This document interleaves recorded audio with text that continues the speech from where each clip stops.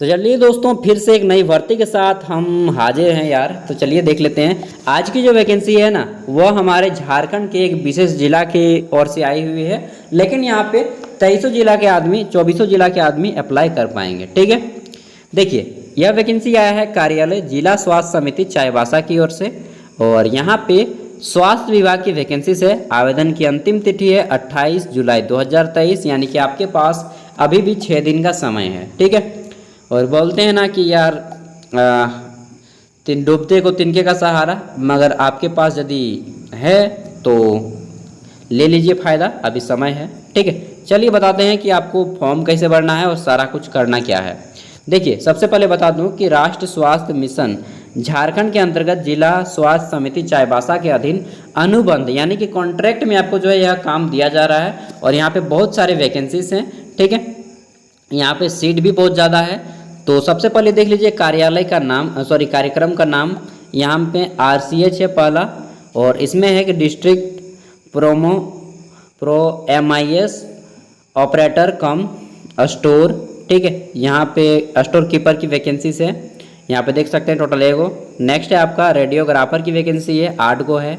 आप लोग कैटेगरी देख सकते हैं किस कैटेगरी से, यहाँ जनरल ST SC OBC के। फिर है आपका ब्लॉक डाटा मैनेजर की वैकेंसी है, 3 गो। आयुष आपका फार्मासिस्ट की वैकेंसी है, 2 गो। ठीक है, आगे देख लेते हैं। तो हमारी नेक्स्ट वैकेंसी है यहाँ पे 5 नंबर पे जो बताया गया है ये। ठीक है, तो देखिए यहाँ पे जो वैकेंसी है MTC की वैकेंसी है। इसका फुल फॉर्म होता है मेल न्यूट्रिशन ट्रीटमेंट सेंटर। ठीक है, इसमें आपका न्यूट्रिशनल क्या बोलते हैं यार, न्यूट्रिशनल काउंसलर की वैकेंसीज है, यानी कि जो पोषक काउंसलर होता है। ठीक है, इसमें जो है टोटल 4 वैकेंसीज है। आगे देख लेते हैं। तो ANM यहाँ पे वैकेंसी है आपका, ANM की है। फिर है आपका फार्मासिस्ट की एंड आपका ऑप्थेल्मिक असिस्टेंट की। ठीक है, और आपका यह वैकेंसी कहाँ का है कार्यक्रम था, तो ये कार्यक्रम है राष्ट्रीय बाल सुरक्षा कार्यक्रम। बहुत सारे कार्यक्रम की तहत वैकेंसी है। इसमें जो है टोटल आपके 3 गो, 8 गो, ANM की 3 गो जरूरत है, फार्मासिस्ट की 8 गो जरूरत है। ठीक है, और आगे देख लेते हैं। तो ऑप्थेल्मिक असिस्टेंट की 7 गो वैकेंसीज हैं। ठीक है, बहुत सारे वैकेंसीज हैं। आगे देख लेते हैं। नेक्स्ट है आपका नेशनल मेंटल हेल्थ प्रोग्राम। ठीक है, यानी कि राष्ट्रीय मानसिक स्वास्थ्य प्रोग्राम। इसमें देखिए दोस्तों, कार्यक्रम में क्लिनिकल साइकोलॉजिस्ट के 1 गो वैकेंसी है। फिर है आपका साइकेट्रिक सोशल वर्क की 1 गो वैकेंसी है। लैब टेक्नीशियन, ये आगे चला जाता है दूसरा। नेक्स्ट प्रोग्राम है आपका NPCDCS एंड NPHCE प्रोग्राम। इसमें जो है बहुत सारे वैकेंसीज हैं। पहला है आपका लैब टेक्नीशियन की। मैं जल्दी जल्दी बोलने के चक्कर में ना इतना हकलाने लगता हूँ ना कि क्या बताऊँ। तो डिस्ट्रिक्ट NCD क्लिनिक में आपकी पोस्टिंग होगी। फिर है आपका काउंसलर की डिस्ट्रिक्ट NCD क्लिनिक, सब में वही है। फिर है आपका GNM यानी कि जनरल नर्सिंग एंड मिडवाइफरी। फिर देख लीजिए, तो अगला है आपका काउंसलर की वैकेंसी 5 गो है। लैब टेक्नीशियन की वैकेंसी जो कि CHC और CNCD क्लिनिक में है आपका, इसमें 4 गो वैकेंसी है। हॉस्पिटल अटेंडेंट की वैकेंसी है, बहुत अच्छा पोस्ट है यह, मतलब ज़्यादा लोग इसी में अप्लाई करते हैं। इसमें 2 गो वैकेंसी है। फिर आपका सैनिटरी अटेंडेंट की इसमें आपके 2 गो वैकेंसी है। ठीक है, फिर है आपका रेबिलिटेशन वर्कर, इसमें आपके 14 को वैकेंसी हैं। ठीक है, नेक्स्ट देख लेते हैं। तो आपका वैकेंसी है यहाँ पे काउंसलर की, इसमें टोटल 7 को वैकेंसी है। नेक्स्ट है RNTCP प्रोग्राम, इसमें 2 प्रकार की पोस्ट है। पहला है फार्मासिस्ट, दूसरा है डाटा एंट्री ऑपरेटर की। इसमें आपके 1-1 पोस्ट हैं। नेक्स्ट है आपका NBSU प्रोग्राम, इसमें स्टाफ और नर्स की वैकेंसी है। ठीक है, इसमें 5 को वैकेंसी है। कुल मिला के आपका 83 वैकेंसीज हो जाती हैं।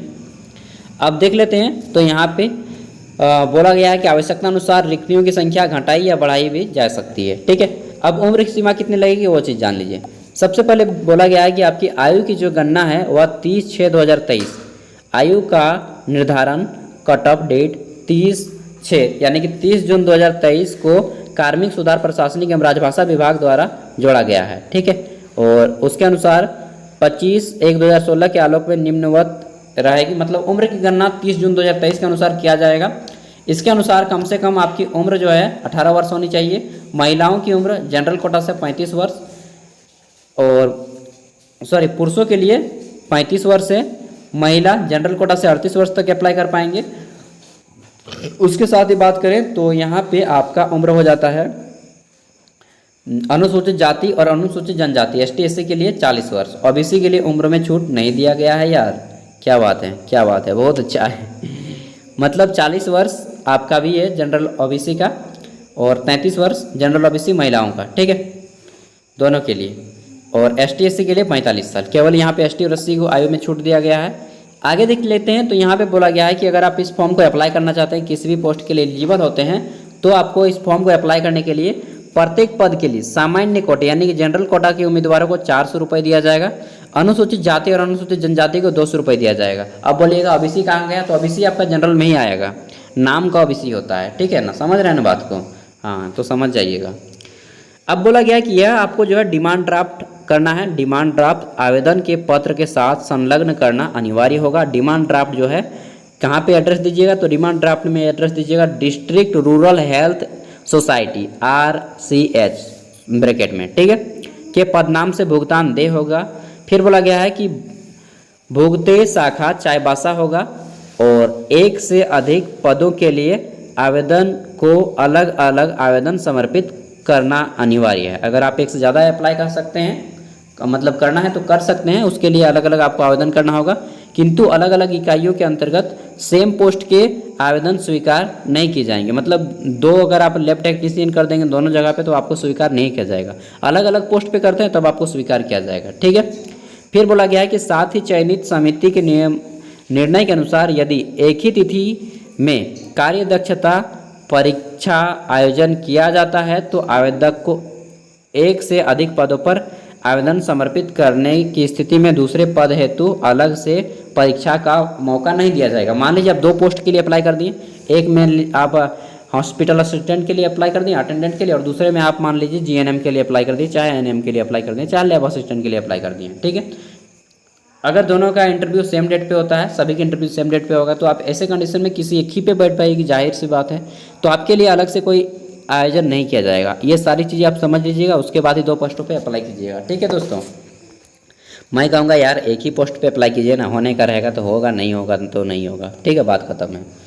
आगे देखते हैं तो एक से अधिक पद पे आवेदन समर्पित करने की स्थिति में आवेदन पत्र इसका उल्लेख करना अनिवार्य है। अगर आप एक से ज़्यादा पदों पे अप्लाई करेंगे तो आपको आवेदन पत्र पे बताना होगा। मेरा राय है, ये बेटर राय है कि आपको यहाँ पे एक ही पोस्ट के लिए अप्लाई करना है।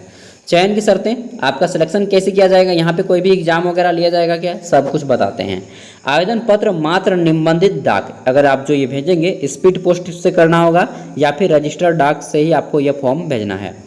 नियुक्ति होने वाले कर्मियों का नियोजन नहीं होगा बल्कि संविदा, आपको जो है परमानेंट सिलेक्शन नहीं दिया जा रहा है कि यहाँ पर आप बुढ़ंती तक एकदम काम करेंगे। हो सकता है आपको रख लिया जाए, बट अभी जो है ये केवल कॉन्ट्रैक्ट पे रख रहे हैं, ठीक है। आपको मानदेय दिया जाएगा, कोई DA वगैरह TA वगैरह नहीं दिया जाएगा। DA TA समझते हैं, जो नौकरियों में दिया जाता है, travelling allowances, house rent allowances, dearness allowances, वो सारे कुछ नहीं दिए जाएंगे। आपको केवल एक बेसिक सैलरी दिया जाएगा। अभी हम बताएंगे कितना सैलरी है। आगे बोला गया है कि आवेदन को आवेदक के साथ इस आशय का यानी कि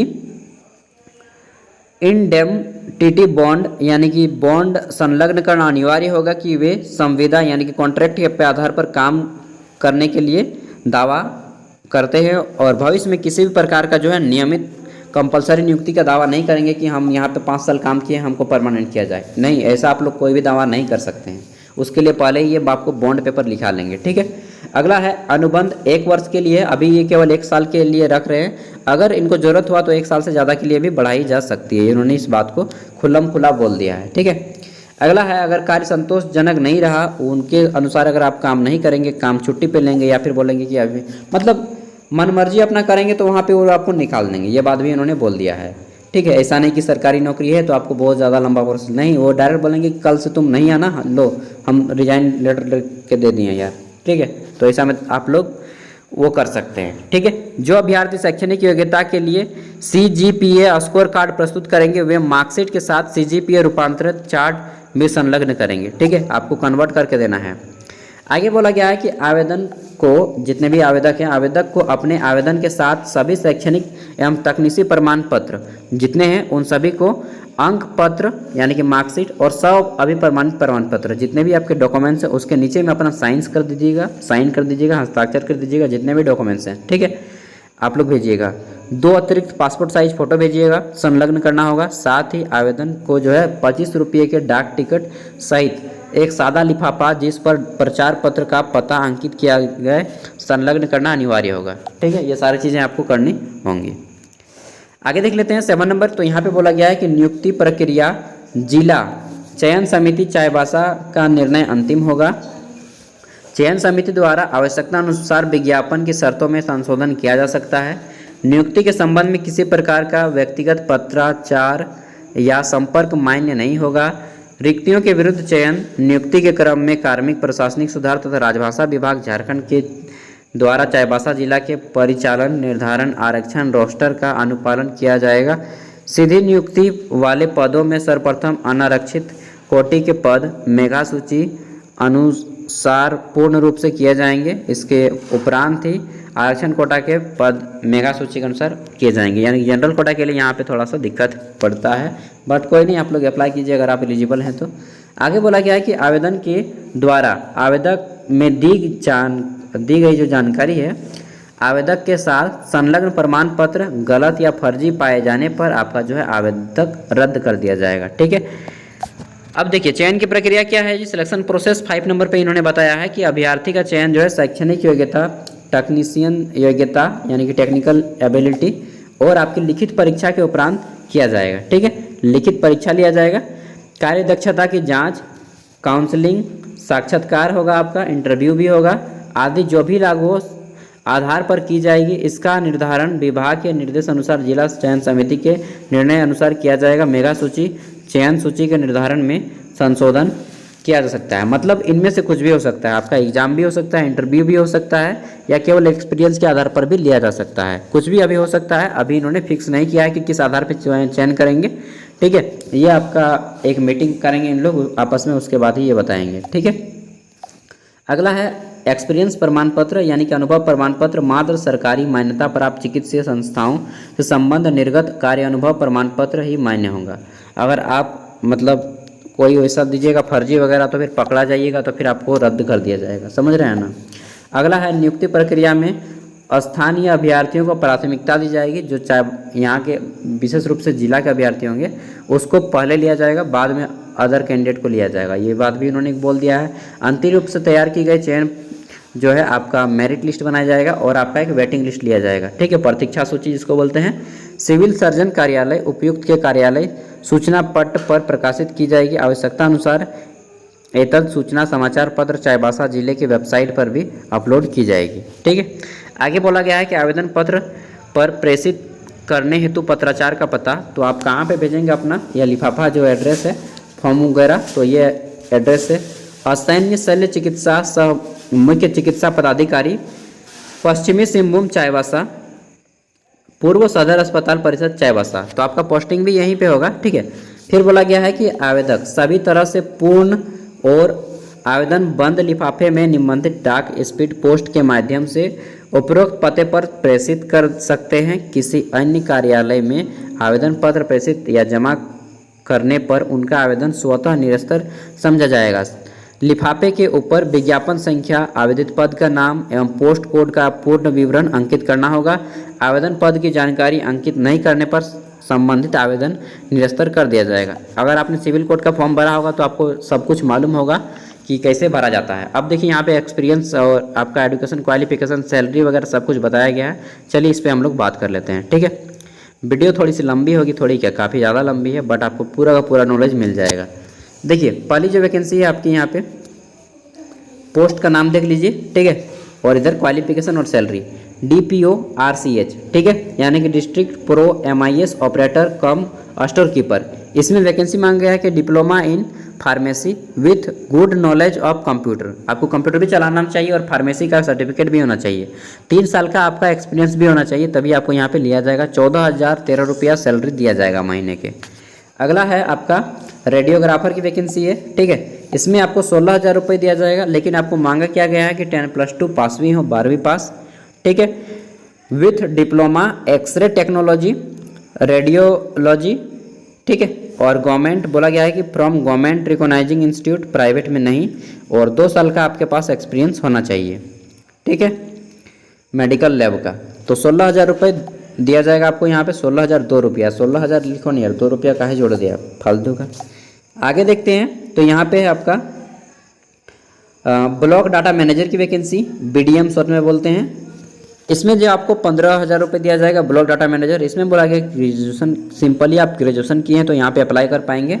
any discipline at least 1 year diploma in computer application, ठीक है, अगर आपके पास 1 साल का कंप्यूटर सर्टिफिकेट है ग्रेजुएशन के बाद, या फिर PG डिप्लोमा है कंप्यूटर में, कोई भी सर्टिफिकेट है कंप्यूटर में 1 साल का, तो आप यहाँ पे अप्लाई कर पाएंगे, ठीक है। बोला गया है computer application government recognising institute और ITDRS और बैचलर इन कंप्यूटर एप्लीकेशन यानी कि BCA जिसको बोलते हैं, ठीक है, यह भी अगर आपके पास सर्टिफिकेट है, या फिर BSc IT सेक्टर से आप किए हैं फिर भी आप अप्लाई कर सकते हैं। BSc कंप्यूटर एप्लीकेशन अगर आप किए हैं BCA, और फिर भी आप अप्लाई कर पाएंगे, ठीक है।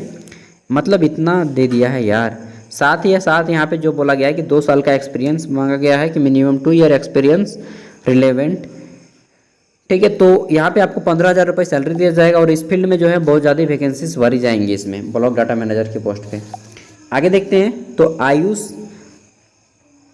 फार्मासिस्ट की वैकेंसी है, 10,000 सैलरी दिया जाएगा। इसमें बोला गया है कि आयुर्वेदिक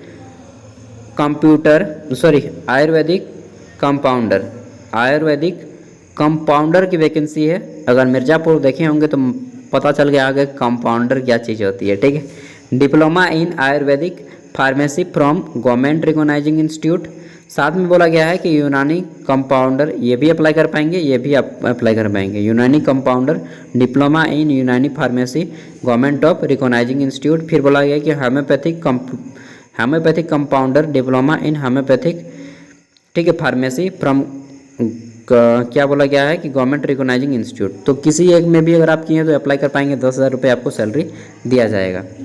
आगे देख लेते हैं, तो यहाँ पे जो न्यूट्रिशन काउंसलर की वैकेंसी है, इसमें बहुत सारा लंबा लिफाफा है यार, चलिए हम पढ़ के बताते हैं। तो यहाँ पे बहुत सारा है। अगर आप मास्टर हैं, ठीक है, और बैचलर हैं, masters bachelor degree in food and nutrition की सीट पे अगर आपकी वैकेंसीज है तो आप यहाँ पे अप्लाई कर पाएंगे। साइंस ऑनर्स हैं, ठीक है, होम साइंस अगर आप ऑनर्स हैं फिर भी आप यहाँ पे अप्लाई कर पाएंगे। 1 साल का अगर आपके पास एक्सपीरियंस सर्टिफिकेट है, experience in health store relevant, फिर भी आप अप्लाई कर पाएंगे। अगर आपके पास BC बेसिक स्किल, ठीक है, बेसिक कंप्यूटर स्किल है स्पेशली तो रिलेटेड MS ऑफिस, फिर भी आप अप्लाई कर पाएंगे। इसके साथ ही अगर आप गुड डाटा मैनेजमेंट का स्किल रखते हैं फिर भी आप अप्लाई कर पाएंगे। फिर बोला गया कि वोट भी गिवन प्रेफरेबल फीमेल, यहाँ पे ज़्यादा सबसे पहले फीमेल कैंडिडेट को लिया जाएगा। अगर फीमेल जाती हैं तो फीमेल नहीं पहुँचता है तब पुरुषों को लिया जाएगा। आगे बोला गया कि fluency in local language both written and spoken, यहाँ की जो लोकल भाषा है उसको आपको आना चाहिए, ठीक है, आना चाहिए। Written and spoken ability in a team. आगे बोला गया कि essential qualification master bachelor degree in any subject honours diploma certificate, ठीक है।